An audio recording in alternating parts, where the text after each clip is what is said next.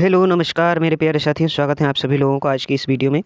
आज की वीडियो में लेकर आया हूँ बीएससी एग्रीकल्चर 6th सेमेस्टर में जो सब्जेक्ट आ जाता है इंट्रोडक्शन टू फॉरेस्ट्री या इंट्रोडक्टरी टू फॉरेस्ट्री का।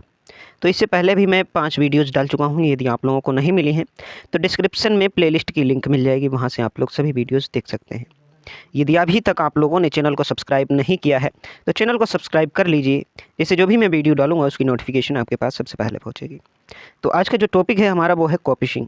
ठीक है, इससे पहले कि जो भी हैं वो सभी आप लोगों को 5 वीडियो में मिल जाएंगे। तो ज़्यादा देर ना लेते हुए वीडियो करते हैं स्टार्ट। तो सबसे पहला भाग दिया गया है हमें, भाग 1, बुनियादी अवधारणाएं, बेसिक कॉन्सेप्ट्स। तो इसमें सबसे पहला क्वेश्चन आ जाता है कि कॉपिशिंग वानिकी की किस मुख्य प्रणाली के अंतर्गत आती है। तो किस प्रणाली के अंतर्गत आती है, तो इसका जो है राइट आंसर हो जाएगा दोस्तों, वो हो जाएगा बी वाला। ठीक है, लो फॉरेस्ट सिस्टम के अंतर्गत आती है। फिर उसके बाद आ जाता है अगला क्वेश्चन हमारा। इसमें पूछा गया है कि कोपिश शब्द की उत्पत्ति किस भाषा, किस कोपर शब्द से हुई है, जिसका अर्थ है काटना। तो किस भाषा के शब्द से हुई है, ठीक है, किस भाषा से हुई है या किस देश से हुई है। ए लैटिन, बी जर्मन, सी फ्रेंच और डी ग्रीक। तो इसका राइट आंसर हो जाएगा दोस्तों फ्रेंच से हुई है। किससे हुई है? फ्रेंच से हुई है।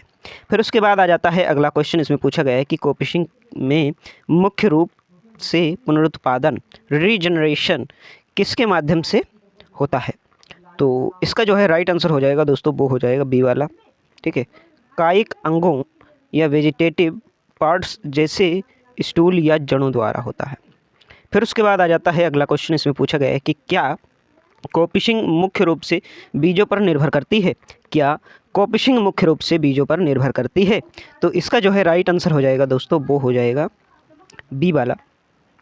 ठीक है, नहीं, यह सूट्स पर निर्भर है। किस पर निर्भर है? यह सूट्स पर निर्भर है। फिर उसके बाद आ जाता है अगला क्वेश्चन हमारा। इसमें पूछा गया है कि कॉपिशिंग के लिए पेड़ को आमतौर पर ज़मीन से कितनी ऊंचाई पर काटा जाता है। तो ज़मीन से कितनी ऊंचाई पर काटा जाता है। तो इसका जो है राइट आंसर हो जाएगा दोस्तों, वो हो जाएगा ए वाला, 10 से 15 सेंटीमीटर ऊंचाई पर काटा जाता है। फिर आ जाता है अगला क्वेश्चन। इसमें पूछा गया है कि पेड़ का वह निचला हिस्सा जो कटाई के बाद ज़मीन में रह जाता है और जिससे अंकुर निकलते हैं, क्या कहलाता है। तो इसका जो है राइट आंसर हो जाएगा दोस्तों, वो हो जाएगा सी वाला, स्टूल कहलाता है। क्या कहलाता है? स्टूल कहलाता है। फिर आ जाता है अगला क्वेश्चन। इसमें पूछा गया है कि कॉपिशिंग का प्राथमिक उद्देश्य किस प्रकार की उपज प्राप्त करना है। तो इसका जो है राइट आंसर हो जाएगा दोस्तों, वो हो जाएगा बी वाला। ठीक है, नहीं होगा, सॉरी, 7 का जो है बी वाला हो जाएगा। छोटे आकार की लकड़ी, जलाऊ लकड़ी और खंभे। ठीक है, कॉपिशिंग का प्राथमिक उद्देश्य किस प्रकार की उपज प्राप्त करना होता है? छोटे आकार की लकड़ी और जलाऊ लकड़ी और खंभे प्राप्त करना। फिर आ जाता है 8वां क्वेश्चन। इसमें पूछा गया है कि क्या कॉपिशिंग के माध्यम से बड़े व्यास वाले लट्ठे, लार्ज लॉग्स प्राप्त करना संभव है। तो इसका भी राइट आंसर हो जाएगा दोस्तों, नहीं। ठीक है, कॉपिशिंग के माध्यम से बड़े व्यास वाले भारी लट्ठे प्राप्त करना संभव नहीं है। फिर आ जाता है अगला क्वेश्चन। इसमें पूछा गया है कि कॉपिशिंग करने के लिए वर्ष का सबसे उपयुक्त समय कौन सा होता है। तो वर्ष का कौन सा सबसे उपयुक्त समय होता है, इसका भी राइट आंसर हो जाएगा दोस्तों, बी वाला। ठीक है, मुख्य वृद्धि काल से ठीक पहले सुप्तावस्था के दौरान होता है। फिर चलते हैं अगले क्वेश्चन पर। इसमें पूछा गया है कि कॉपिश विद स्टैंडर्ड्स प्रणाली में स्टैंडर्ड्स का क्या अर्थ है। कॉपिश विद स्टैंडर्ड्स प्रणाली में स्टैंडर्ड्स का क्या अर्थ है। तो इसका जो है राइट आंसर हो जाएगा दोस्तों, वो हो जाएगा बी वाला। वे पेड़ जिन्हें बीज उत्पादन या बड़े लट्ठों के लिए बिना काटे छोड़ दिया जाता है। ठीक है, बिना काटे छोड़ दिया जाता है। फिर उसके बाद आ जाता है भाग 2। इसमें पूछा गया है कि कॉपिशिंग की तकनीक। इसमें सबसे पहला क्वेश्चन आ जाता है कि कॉपिश शूट्स की उत्पत्ति मुख्य रूप से कहाँ से होती है। तो इसकी उत्पत्ति कहाँ से होती है, इसका जो है राइट आंसर हो जाएगा दोस्तों, वो हो जाएगा बी वाला, स्टूल की छाल के पास स्थित कलिकाओं से होती है। फिर उसके बाद आ जाता है अगला क्वेश्चन हमारा। इसमें पूछा गया है कि कॉपिशिंग में सुप्त कलिकाओं, डोरमेंट वर्ड्स की क्या भूमिका है। तो इसका जो है राइट आंसर हो जाएगा दोस्तों, वो हो जाएगा बी वाला, कि पेड़ के कटने के बाद यही सक्रिय होकर नए अंकुर बनाती है, यही सक्रिय होकर नए अंकुर बनाती है। फिर आ जाता है अगला क्वेश्चन, इसमें पूछा गया है कि एडवेंटिशियस कलिकाएँ, एडवेंटिशियस वर्ड्स कहाँ विकसित होती है, एडवेंटिशियस वर्ड्स कहाँ विकसित होती है।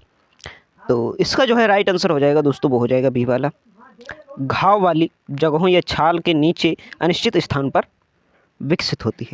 फिर आ जाता है अगला क्वेश्चन, इसमें पूछा गया है कि स्टूल की ऊपरी सतह का ढाल से स्लोप कैसा होता है, कैसा होना चाहिए। तो इसका जो है राइट आंसर हो जाएगा दोस्तों, वो हो जाएगा बी वाला, कि बीच से ऊंचा और किनारों की तरफ ढलुआ, ताकि पानी ना रुके, ताकि पानी ना रुके। फिर उसके बाद आ जाता है अगला क्वेश्चन, इसमें पूछा गया है कि कटाई के समय छाल वार्क को स्टूल से अलग करने से बचाना चाहिए, क्यों बचाना चाहिए। ठीक, तो इसका जो है राइट आंसर हो जाएगा, वो हो जाएगा बी वाला, कि ताकि सुप्त कलिकाएं सुरक्षित रहें और सड़न ना पैदा हो। फिर आ जाता है अगला क्वेश्चन, इसमें पूछा गया है कि पोलार्डिंग और कोपिशिंग में मुख्य तकनीकी अंतर क्या है, पोलार्डिंग और कोपिशिंग में मुख्य तकनीकी अंतर क्या है। तो इसका जो है राइट आंसर हो जाएगा दोस्तों, वो हो जाएगा ए वाला, कि पोलार्डिंग में कटाई अधिक ऊंचाई 2 से 3 मीटर पर की जाती है। ठीक है, 2 से 3 मीटर पर की जाती है। फिर आ जाता है अगला क्वेश्चन, इसमें पूछा गया है कि क्या कोपिशिंग सभी प्रजातियों जैसे देवदार, चीड़ में समान रूप से सफल है। तो इसका राइट आंसर हो जाएगा दोस्तों, वो हो जाएगा बी वाला, नहीं सफल है, क्योंकि अधिकांश कोनिफर्स में यह विफल रहती है। फिर आता है अगला क्वेश्चन, इसमें पूछा गया है कि अनुकूलतम स्टूल की ऊंचाई कम करने का मुख्य वैज्ञानिक कारण क्या है। तो इसका जो है राइट आंसर हो जाएगा दोस्तों, बी वाला, कि ताकि निकलने वाले शूट्स अपनी स्वतंत्र जड़ें विकसित हो सके। फिर आता है अगला क्वेश्चन, इसमें पूछा गया है कि पेड़ की आयु बढ़ने पर उसकी कोपिशिंग क्षमता पर क्या प्रभाव पड़ता है। तो इसका भी राइट आंसर हो जाएगा दोस्तों, बी वाला, कि क्षमता धीरे धीरे कम हो जाती है, क्षमता धीरे धीरे कम हो जाती है। फिर आता है अगला क्वेश्चन, इसमें पूछा गया है कि कोपिशिंग के बाद छटाई, थिनिंग क्यों आवश्यक है। तो इसका राइट आंसर हो जाएगा दोस्तों, ए वाला, कि एक स्टूल पर बहुत अधिक शूट्स होने से उनकी वृद्धि रुक जाती है, फिर आता है अगला क्वेश्चन, इसमें पूछा गया है, ठीक है, अगला भाग आ जाता है, इसमें पूछा गया है प्रजातियां और उदाहरणों से संबंधित क्वेश्चन। तो इसमें सबसे पहला क्वेश्चन आता है कि सागौन, ठीक है, टेक्टोना ग्रैंडिस की कोपिशिंग क्षमता के बारे में क्या सत्य है। इसका राइट आंसर हो जाएगा दोस्तों, बी वाला, ठीक है, यह एक उत्कृष्ट एक्सीलेंट कोपिशर है।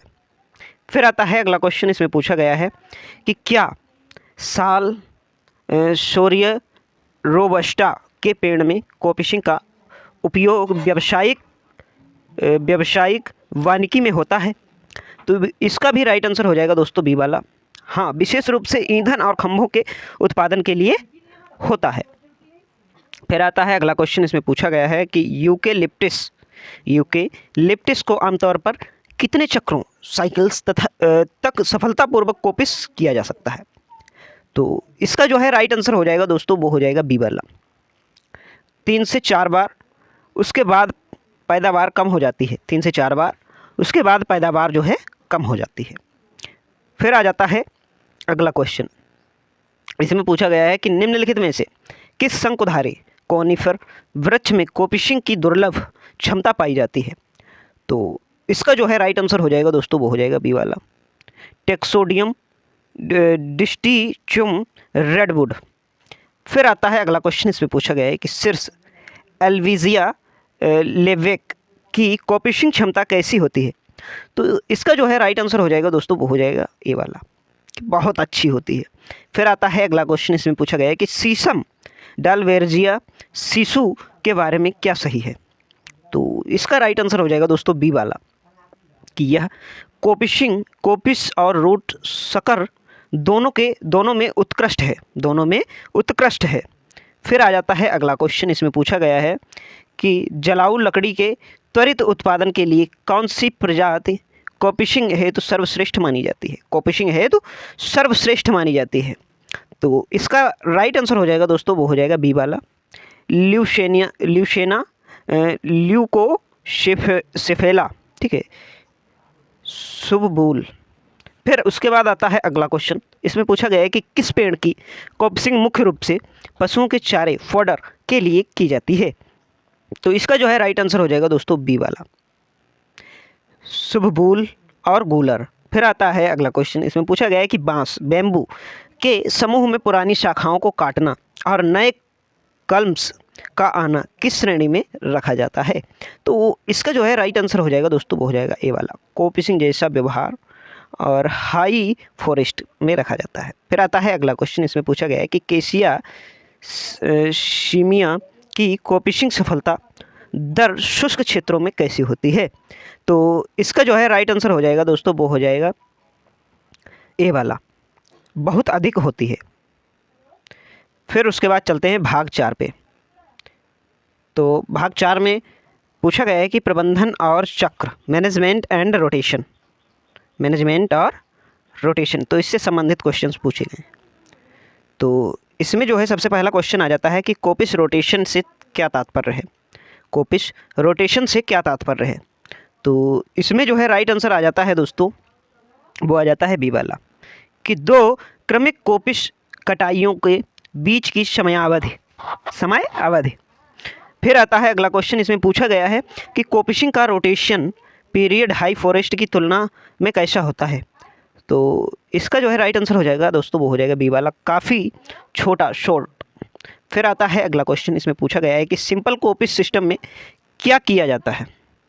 सिंपल कोपिश सिस्टम में क्या किया जाता है। तो इसका जो है राइट आंसर हो जाएगा, वो हो जाएगा बी वाला, कि पूरे ब्लॉक के सभी पेड़ों को एक साथ काटकर नए कोपिश सूट्स प्राप्त किए जाते हैं। फिर आता है अगला क्वेश्चन। इसमें पूछा गया है कि शेल्टर वुड कोपिश सिस्टम का मुख्य उद्देश्य क्या है। तो इसका जो है राइट आंसर हो जाएगा दोस्तों, वो हो जाएगा बी वाला, कि कोपिश सूट्स को पाले फ्रोस्ट से बचाने के लिए कुछ ओवरहेड शेल्टर छोड़ना। फिर उसके बाद आ जाता है अगला क्वेश्चन हमारा। इसमें पूछा गया है कि कोपिशिंग में कन्वर्शन का क्या अर्थ है। कोपिशिंग में कन्वर्शन का क्या अर्थ है। तो इसका जो है अर्थ हो जाएगा, वो हो जाएगा कोपिश सिस्टम को हाई फॉरेस्ट सिस्टम में या इसके विपरीत बदलना। फिर आता है अगला क्वेश्चन कि सिलेक्शन कोपिश सिस्टम कहाँ सबसे ज़्यादा उपयोगी है। तो इसका जो है राइट आंसर हो जाएगा दोस्तों, वो हो जाएगा ए वाला, जहाँ कटाव का खतरा हो और केवल विशेष आकार की लकड़ी चाहिए हो।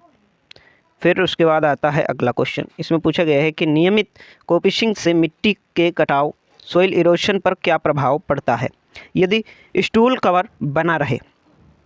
तो इसका जो है राइट आंसर हो जाता है दोस्तों, वो हो जाता है बी वाला, कि कटाव कम रहता है क्योंकि जड़ें मिट्टी को पकड़े रहती हैं। फिर आता है अगला क्वेश्चन। इसमें पूछा गया है कि कोपिशिंग वनों में जैव विविधता, बायोडायवर्सिटी के बारे में क्या कहा जा सकता है। तो इसके बारे में क्या कहा जा सकता है। तो इसका राइट आंसर हो जाएगा दोस्तों, वो हो जाएगा बी वाला, प्रकाश की उपलब्धता के कारण कई बार जमीन वनस्पतियों में विविधता आती है।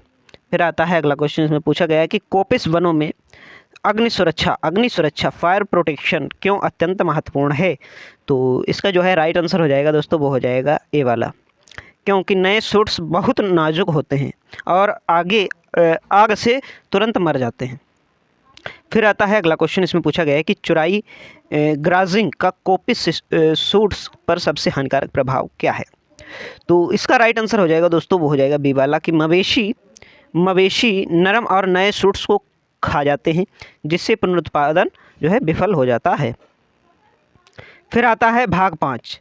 तो इसमें जो है पूछा गया है कि तकनीकी और वैज्ञानिक पहलू।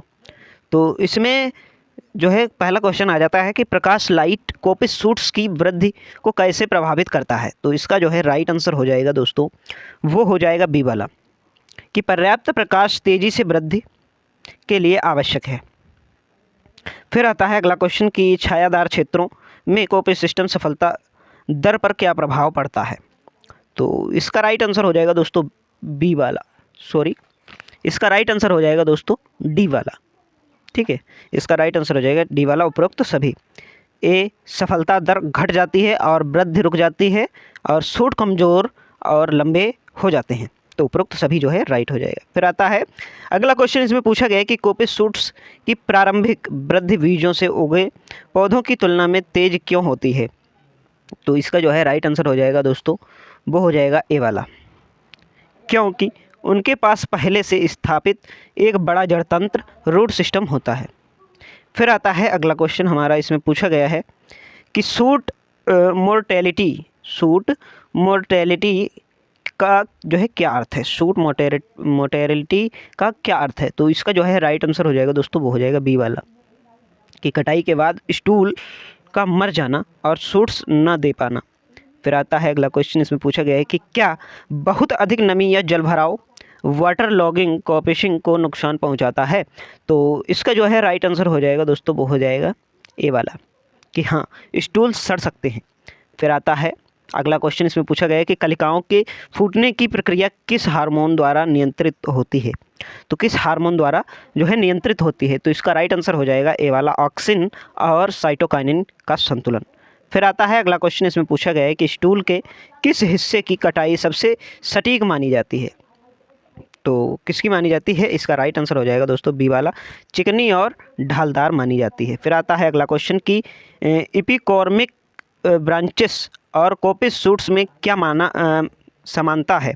तो इसमें क्या समानता है? इसका जो है राइट आंसर हो जाएगा दोस्तों, वो हो जाएगा बी वाला, दोनों सुप्त कलिकाओं से विकसित हो सकते हैं। फिर चलते हैं अगले क्वेश्चन पर।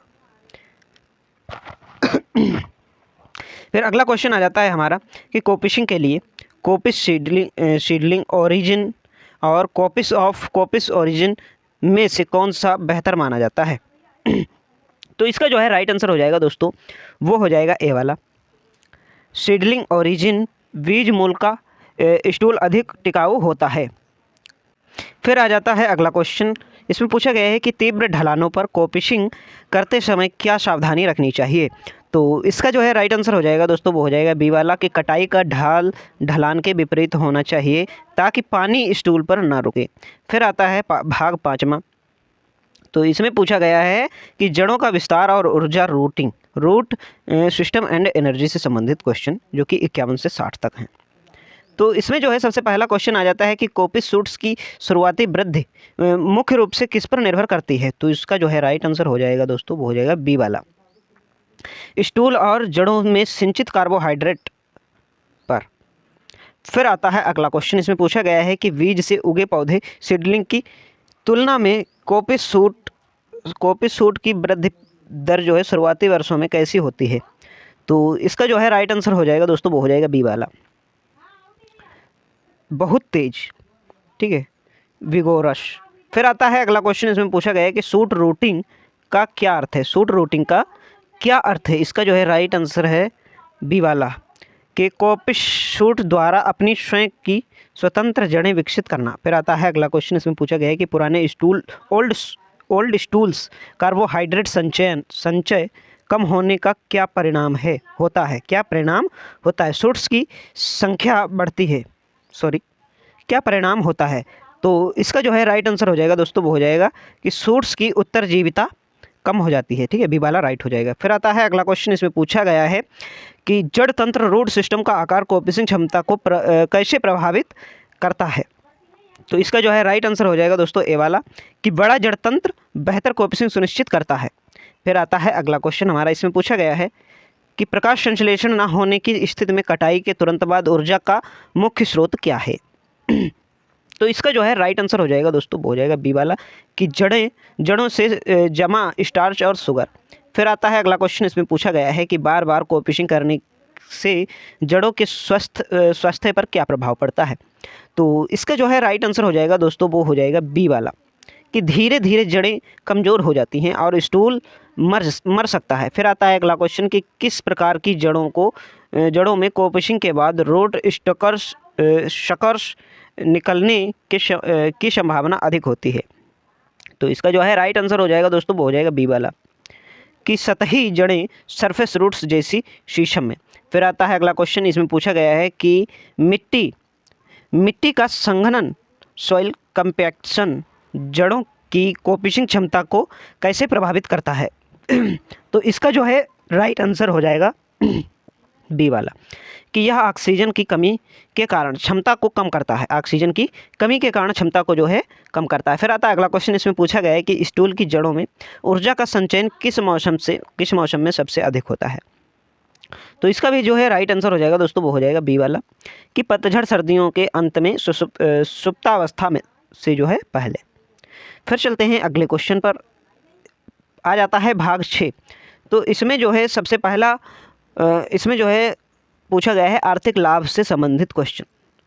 तो इसमें सबसे पहला क्वेश्चन आ जाता है कि व्यावसायिक वानिकी में कोफिशिंग का सबसे बड़ा आर्थिक लाभ क्या है। तो इसका जो है राइट आंसर हो जाएगा दोस्तों वो हो जाएगा बी वाला, कि पुनरोपण की लागत में बचत। फिर आता है अगला क्वेश्चन कि शॉर्ट रोटेशन फॉरेस्ट्री SRF का मुख्य उद्देश्य क्या है। तो इसका जो है मुख्य उद्देश्य हो जाएगा, इसका जो है राइट आंसर हो जाएगा वो हो जाएगा कम समय में अधिक बायोमास और जलाऊ लकड़ी प्राप्त करना। फिर आता है अगला क्वेश्चन कि कोफिशिंग से प्राप्त स्मॉल साइजेड टिम्बर का उपयोग मुख्यतः कहाँ होता है। तो इसका जो है राइट आंसर हो जाएगा दोस्तों वो हो जाएगा बी वाला, कि खंभों, पोल्स, वार्ड लगाने और लुगदी। फिर आता है अगला लुगदी के लिए, ठीक है। फिर आता है अगला क्वेश्चन, इसमें पूछा गया है कि नर्सरी तैयार करने और बीज बोने की लागत कोफिशिंग में कितनी होती है। तो इसका जो है राइट आंसर हो जाएगा दोस्तों वो हो जाएगा बी वाला, कि शून्य या नगण्य, क्योंकि प्राकृतिक टूल का उपयोग होता है। किसका उपयोग होता है? प्राकृतिक टूल का उपयोग होता है। फिर आता है अगला क्वेश्चन कि ग्रामीण क्षेत्रों में कोफिशिंग वनों का महत्व किस लिए है। तो इसका जो है राइट आंसर हो जाएगा दोस्तों वो हो जाएगा बी, ठीक है। इसका जो है राइट आंसर हो जाएगा बी, निरंतर ईंधन और चारे की आपूर्ति के लिए। फिर आता है अगला क्वेश्चन, इसमें पूछा गया है कि क्या कोफिशिंग से प्राप्त लकड़ी का उपयोग कागज उद्देश्य प्रॉपर इंडस्ट्री में किया जा सकता है। तो इसका जो है राइट आंसर हो जाएगा दोस्तों वो हो जाएगा ए वाला, कि हाँ, विशेष रूप से यूकेलिप्टिस और पॉपुलर का। फिर आता है अगला क्वेश्चन कि कोफिशिंग में निवेश और रिटर्न इनपुट आउटपुट रेशियो कैसा होता है। तो इसका जो है राइट आंसर हो जाएगा दोस्तों वो हो जाएगा ए वाला, कम निवेश उच्च और शीघ्र रिटर्न। फिर आता है अगला क्वेश्चन कि स्टैंडर्ड पेड़ों को कोपिस वनों में छोड़ने का आर्थिक कारण क्या है। तो इसका जो है राइट आंसर हो जाएगा दोस्तों वो हो जाएगा बी वाला, कि भविष्य में बड़े और महंगे लट्ठ प्राप्त करने के लिए। फिर आता है अगला क्वेश्चन कि बास्केट मेकिंग के लिए किस कोपिस लकड़ी का उपयोग होता है। तो इसका जो है राइट आंसर हो जाएगा दोस्तों वो हो जाएगा ए वाला, ठीक है। इसका राइट आंसर हो जाएगा ए वाला, कि विलो के कोपिस सूट्स। फिर आता है अगला क्वेश्चन कि कोफिशिंग चक्र को छोटा रखने से क्या लाभ होता है। कोफिशिंग चक्र को छोटा रखने से क्या लाभ होता है। तो इसका राइट आंसर हो जाएगा दोस्तों बी वाला, कि प्रति वर्ष औसत उत्पादन MAI बढ़ सकती है या सकता है। फिर आता है भाग 7। इसमें पूछा गया है कि जलवायु प्रभाव क्लाइमेट इन्फ्लुएंस से संबंधित क्वेश्चन, जो कि 71 से 80 तक है। तो इसमें जो है आ जाता है सबसे पहला क्वेश्चन कि शुष्क क्षेत्रों में एराइड रीजन्स को कोफिशिंग की सफलता का मुख्य कारक क्या है। तो इसका जो है राइट आंसर हो जाएगा दोस्तों वो हो जाएगा बी वाला, कि मिट्टी की नमी का संरक्षण, मिट्टी की नमी का संरक्षण। फिर आता है अगला क्वेश्चन कि आर्द्र क्षेत्रों ह्यूमाइड रीजियंस में कटे हुए स्टूल के लिए सबसे बड़ा खतरा क्या है। तो इसका जो है राइट आंसर हो जाएगा दोस्तों वो हो जाएगा बी वाला, क्या हो जाएगा बी वाला, कि कवक संक्रमण, फंगल इन्फेक्शन और सड़न। फिर आता है अगला क्वेश्चन कि पाले फ्रोस्ट को कोपिस सूट्स पर क्या प्रभाव पड़ता है। तो इसका जो है राइट आंसर हो जाएगा दोस्तों वो हो जाएगा बी वाला, कि नए कोमल सूट्स मर सकते हैं, फ्रोस्ट बाइट। फिर आता है अगला क्वेश्चन, इसमें पूछा गया है कि अत्यधिक तापमान में कोफिशिंग करने पर क्या हो सकता है। तो इसका जो है राइट आंसर आता है वो आता है स्टूल का कैम्बियम सूख सकता है। फिर आता है अगला क्वेश्चन, इसमें पूछा गया है कि विंड वेल्ट्स को कोपिश वनों की क्या भूमिका है। तो इसका जो है राइट आंसर हो जाएगा दोस्तों वो हो जाएगा बी वाला, ये नीचे के स्तर पर घनी दीवार बनाकर हवा की गति कम करते हैं। फिर आता है अगला क्वेश्चन कि क्या उच्च पर्वतीय क्षेत्रों में कोफिशिंग उतनी ही प्रभावी है जितनी मैदानी इलाकों में है। तो इसका जो है राइट आंसर हो जाएगा वो हो जाएगा बी वाला, कि नहीं, कम तापमान के कारण वृद्धि धीमी होती है। फिर आता है अगला क्वेश्चन, इसमें पूछा गया है कि सूखा ड्रॉट कोफिशिंग को कैसे प्रभावित करता है। तो इसका जो है राइट आंसर हो जाएगा दोस्तों वो हो जाएगा बी वाला, कि यह सूट्स की उत्तरजीविता पर दर को कम कर देता है। फिर आता है अगला क्वेश्चन, इसमें पूछा गया है कि भारी वर्षा के क्षेत्रों में स्टूल की कटाई का कोण एंगल क्यों महत्वपूर्ण है।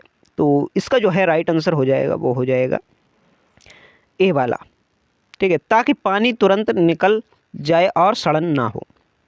फिर आता है अगला क्वेश्चन, इसमें पूछा गया है कि प्रकाश की तीव्रता बढ़ने पर कोपिस सूट्स की संख्या पर क्या प्रभाव पड़ता है। तो इसका जो है राइट आंसर हो जाएगा दोस्तों वो हो जाएगा बी वाला, कि आमतौर पर संख्या और वृद्धि बढ़ती है, आमतौर पर संख्या और वृद्धि बढ़ती है। फिर आ जाता है अगला क्वेश्चन, इसमें पूछा गया है कि जलवायु परिवर्तन के दौर में कोपिशिंग को एक रेसाइलेंट प्रणाली क्यों माना जाता है। तो इसका जो है राइट आंसर हो जाएगा दोस्तों वो हो जाएगा डी वाला, उपरोक्त सभी, जिसमें जो है पहला ऑप्शन आता है कि क्योंकि यह तेज़ी से पुनर्जीवित होती है। फिर आता है कि क्योंकि इसमें बीज की आवश्यकता नहीं होती है, क्योंकि यह कार्बन की तेज़ी से सोख सकती है, कार्बन को जो है तेज़ी से सोख सकती है। फिर आता है भाग 8 की रोग प्रबंधन, डिजीज मैनेजमेंट, जो कि 81 से लेकर के 90 तक क्वेश्चन है।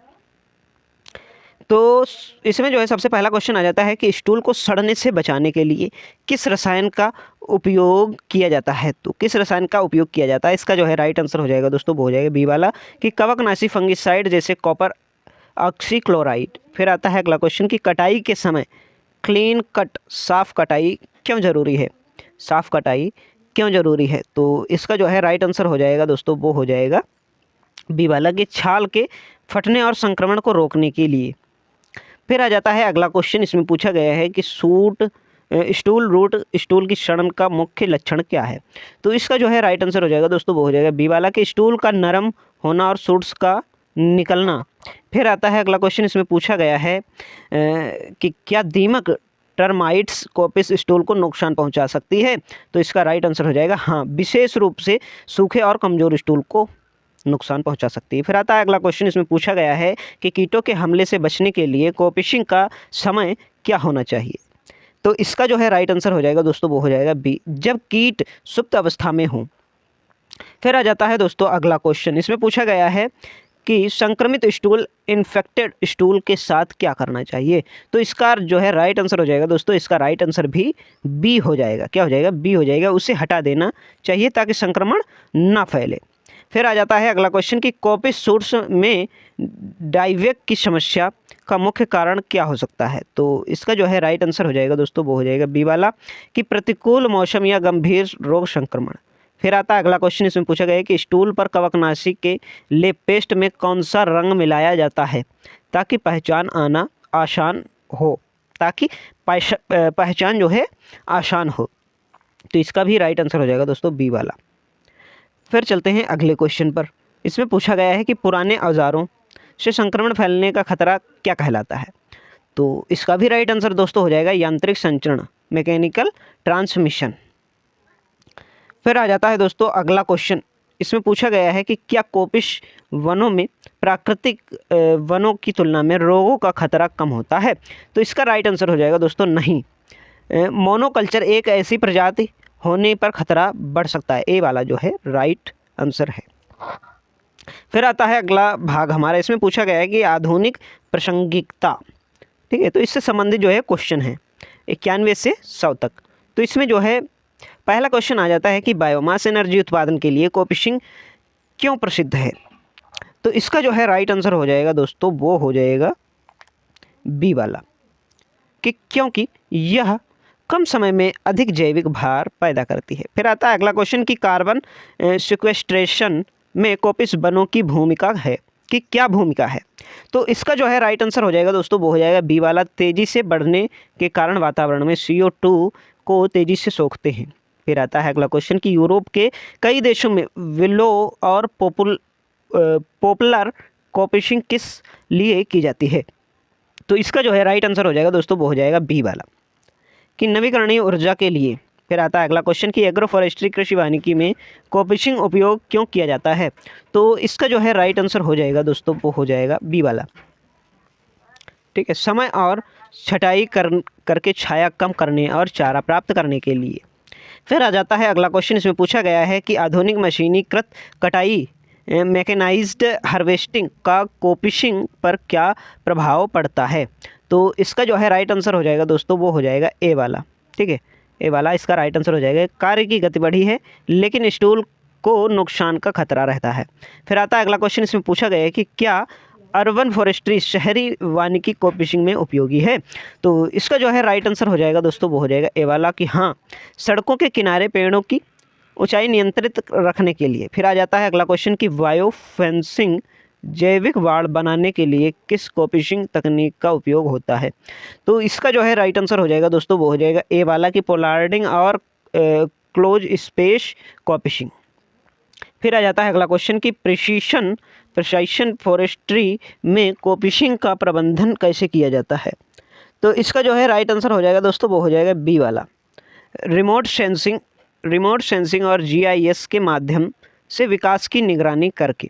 फिर आता है कि क्या कोफिशिएंट टिकाऊ विकास लक्ष्यों एसडीजीएस को पूरा करने में सहायक करती है। ठीक है, तो इसका जो है राइट आंसर हो जाएगा दोस्तों, वो हो जाएगा ए वाला कि हाँ, विशेष रूप से जलवायु और जलवायु लक्षणों में। फिर आ जाता है दोस्तों लास्ट क्वेश्चन हमारा। इसमें पूछा गया है कि भविष्य की वानिकी में कोफिशिएंट का सबसे महत्वपूर्ण योगदान क्या है। तो इसका जो है राइट आंसर हो जाता है दोस्तों, वो हो जाता है बी वाला के सतत ईंधन आपूर्ति और पारिस्थितिक संतुलन का मेल। तो आप सभी लोगों को ये वीडियो कैसा, सॉरी दोस्तों, अभी इसमें और रह गए हैं, बीच में और क्वेश्चंस रह गए हैं। इसमें जो है दोस्तों आप लोग घबराएं कतई नहीं, क्योंकि ये जो क्वेश्चन आप लोगों को अलग अलग दिख रहे हैं लेकिन ये अलग अलग हैं नहीं। ठीक है, ये 51 से 100 तक ये कई बार जो है पेस्ट हो गया है। ठीक है, कई बार ये लिख गया है, तो आप घबराएं कतई नहीं। और जो भी है आपका सिर्फ और सिर्फ 100 क्वेश्चन है इस पीडीएफ में। ठीक है, वही क्वेश्चनों को बार बार हो गया है, तो इसलिए हमने बाकी के क्वेश्चनों को जो है नहीं पढ़ाया है। तो आप लोग जो है इसका जो आंसर्स हैं वो आप मिला सकते हैं, नीचे आप लोगों को उत्तर दिया गया है। ठीक है, तो इससे आप लोग जो है मिला सकते हैं। आप लोगों को ये वीडियो कैसा लगा है कमेंट बॉक्स में ज़रूर बताइए। और वीडियो को यदि अभी तक लाइक नहीं किया है तो वीडियो को लाइक कर दीजिए, और चैनल को सब्सक्राइब नहीं किया तो चैनल को सब्सक्राइब कर दीजिए। अपने दोस्तों के पास शेयर कर दीजिए जिससे वो भी इस वीडियो का आनंद ले सकें। और अभी तक आप लोगों ने यदि टेलीग्राम चैनल को ज्वाइन नहीं किया है तो टेलीग्राम चैनल को ज्वाइन कर लीजिए, क्योंकि वहीं पर आप लोगों को ये पीडीएफ जो है प्राप्त होगी। तो मिलते हैं किसी नेक्स्ट वीडियो में, तब तक के लिए जय हिंद, जय भारत, राम राम।